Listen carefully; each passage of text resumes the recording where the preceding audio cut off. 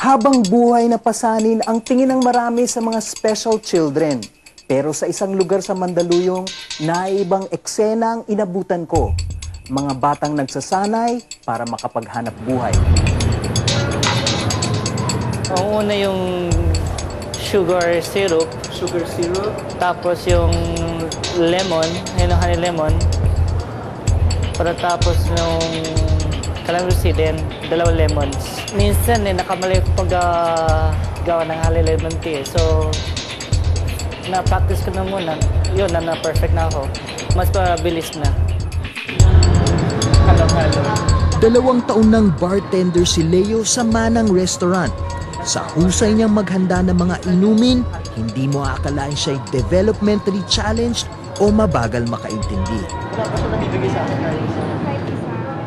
Nagdalawang isip si John kung tatanggapin niyang empleyado si Leo noon. Medyo may konting takot, konting kaba, baka may mangyari. But later on, nakita mo na mas may kumpiyansa na tayo. Ang mahirap is to take the first step always, diba? Napatunayan naman raw ni Leo ang sarili sa mga kasamahan. Dati, mahihain talaga yung tao. Diba? And then, dahan-dahan nakita mo na may improvement na he can survive on his own better na ngayon. Nade-develop sila na to be able to survive sa lipunan natin na hindi completely disabled ang tingin sa kanila, di ba? Ano sila? Capable individuals na sila. Sa dati ko pa. Sa katabing Manhan Restaurant, nakilala ko naman si Raymond. Naging kaeskwela at may kaparehas na kondisyon kay Leo. Tapos na ang kanyang shift, kaya game na siyang makipagkwentuhan tungkol sa mga paboritong gawain sa trabaho. Paghuhugas ng baso, tapos paggagawa ng mga order. Kasi minsan pinapalo up yung mga order eh. Kaya kailangan gawin mo lahat. Tanda pa ng binata ang mga naging pagsasanay bago nakapagtrabaho. Maging kampo, good worker, tapos honest sa mga worker mo, maging pakikaibigan. Kasi marami rin mga kandiyan tinuro sa amin, parang merong maliit na restaurant eh, parang bago ka pumasok sa mga trabaho, tuturuan ka muna nila. Pinuntahan ko ang cafe na tinukoy ng 2 binata. Hello, Carlos. Hi. You are? Dexter. Dexter and Rafi. And Robert. Yeah. So this is Abelardo. Yeah. And you are Dexter. Dexter? What do you do, Dexter? First, I'll give the order slips. No. First, The menu. No, the menu list to the customers, and I take their orders, and then repeat. Then ask the employee about the orders, and then I deliver Very good. the orders. And then Rafi? Yeah. What is your job here? Cooking. Cooking? Marunong ka mag-cook? Yes.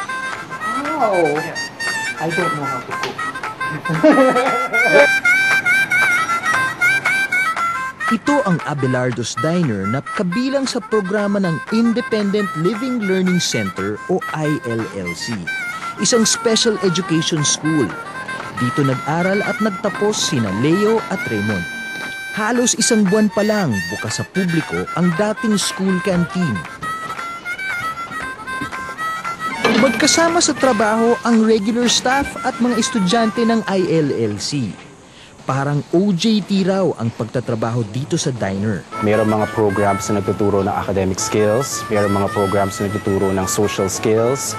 Hindi natin sila stick to coloring or puzzles or shape sorters kahit nasa 20s na yan or teenagers na siya.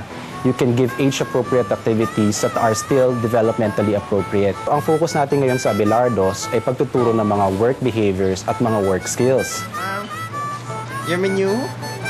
Pagpatak ng alas 6 ng gabi, handa na ang mga kabataan magsilbi. Para maturuan mo ang isang bata na maging productive sa workplace, kailangan bigyan mo talaga siya ng pagkakataong gawin ang mga bagay na yon hanggat sa maaari sa isang realistic na environment. So, andito nga tayo sa kusina.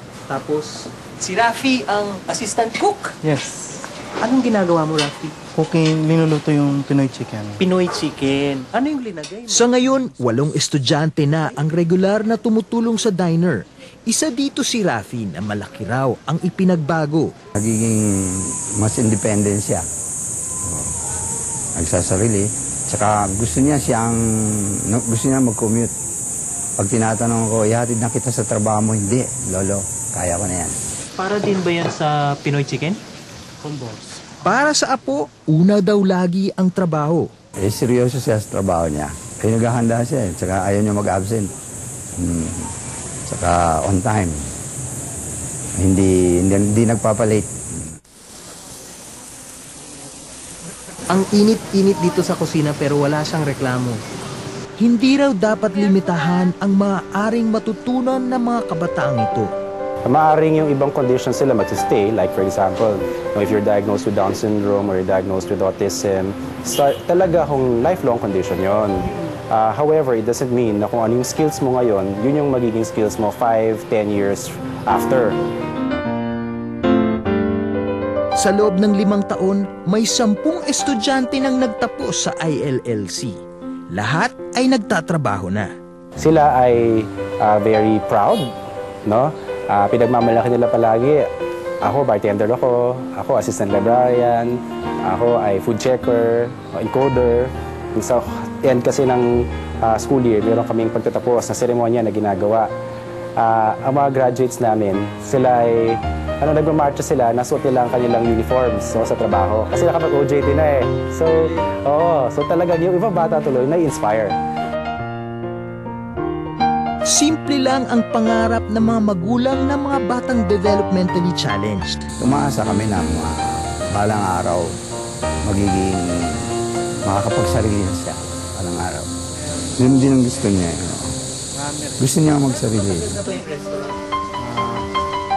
Taon man raw ang bubunuin, posibleng sila raw ay unti-unti rin namang gagaling.